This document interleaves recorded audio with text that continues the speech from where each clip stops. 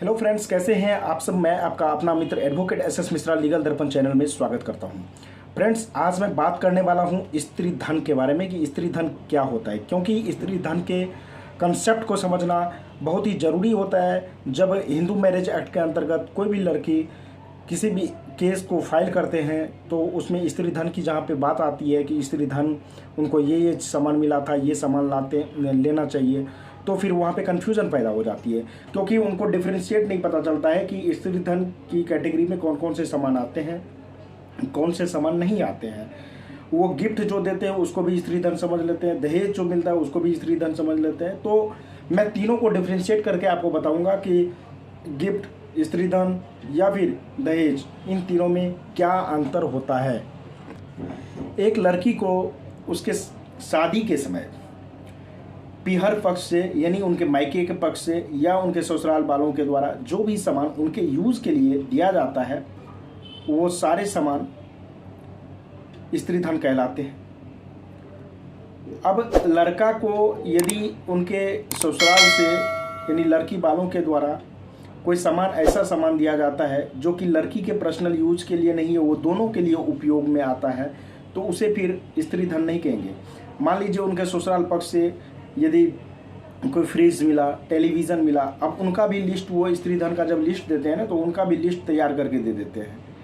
वो तो दोनों को उपयोग करने के लिए दिया जाता है ना, जहाँ पे दोनों को उपयोग करने के लिए दिया जाता है वहाँ पे स्त्री धन हम नहीं कह सकेंगे उसे। स्त्री धन तो उन वस्तुओं को कहा जाएगा जो कि लड़की के पर्सनल यूज़ के लिए दिया गया हो, वो लड़की ही सिर्फ उसे यूज कर सकती है। मान लीजिए कोई नेकलेस है, कोई ज्वेलरी है जो लड़की के लिए बना हुआ है, तो वो स्त्री धन तो कहला जाएगा, क्योंकि वो लड़की ही यूज कर सकती है, लड़का तो उसे यूज कर ही नहीं पाएगा।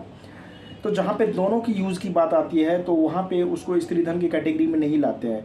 फिर भी यदि आप चाहते हैं कि उसको लाएं तो आप जो है जब भी सामान खरीदने जाएं, लड़के को कोई भी सामान दे तो सामान खरीदने जाएं तो लड़की के नाम से बिलिंग करवाएं, जिससे कि आप उसको क्लेम 1 मिनट के लिए कर भी सकते हैं। लेकिन वैसे सुप्रीम कोर्ट का इन संबंध में पूरा का पूरा कंसेप्ट क्लियर है। सुप्रीम कोर्ट का कहना है कि स्त्री धन वही धन होगा जो लड़की के पर्सनल यूज के लिए उनके ससुराल पक्ष के द्वारा या उनके मायके के द्वारा या फिर किसी दोस्त के द्वारा उनको दिया गया हो, वो स्त्री धन के कैटेगरी में आते हैं।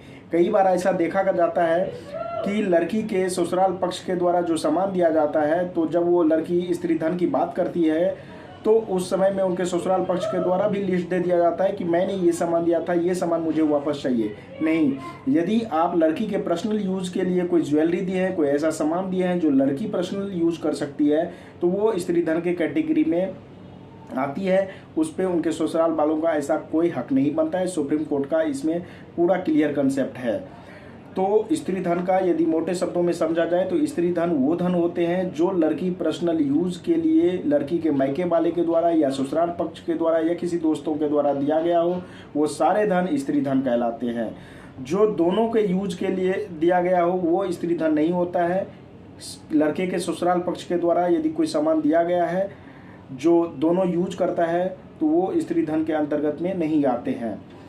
अब लड़का को यदि कोई गिफ्ट मिला हुआ है किसी दोस्त से या ससुराल पक्ष के ही किसी व्यक्ति से कोई गिफ्ट मिला हुआ है, तो उसे हम गिफ्ट ही मानेंगे, उसे उपहार की ही कैटेगरी में लाएंगे, उसे स्त्री धन की कैटेगरी में नहीं लाएंगे।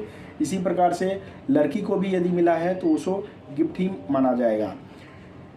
अब दहेज की जहाँ तक बात है तो शादी के समय लड़के पक्ष के द्वारा लड़की पक्ष को यदि किसी चीज़ का डिमांड किया जाता है तो उस डिमांड को हम दहेज के रूप में लेते हैं। जहाँ पे शादी के समय डिमांड शब्द का उपयोग किया जाता है, मांग किया जाता है, तो उस मांग को ही हम वहाँ पे दहेज के रूप में लेंगे, उसे ही दहेज बोलेंगे। तो दहेज ये होता है।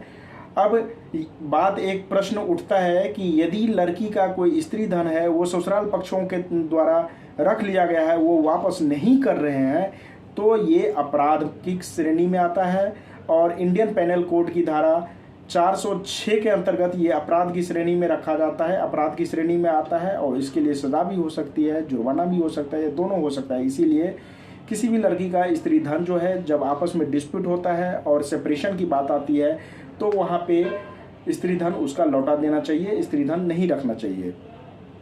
अब मुझे लग रहा है कि आप लोगों को स्त्री धन, दहेज, गिफ्ट तीनों में क्या अंतर है, तीनों क्या होते हैं, इनके बारे में पता चल गया होगा। फिर भी यदि किसी को किसी भी प्रकार का कन्फ्यूज़न हो इसमें तो कमेंट करके मुझे पूछिएगा, मैं उसका जवाब देने का कोशिश करूँगा। आज तक के लिए मित्र इतना ही, फिर मिलेंगे नेक्स्ट वीडियो में, तब तक के लिए धन्यवाद।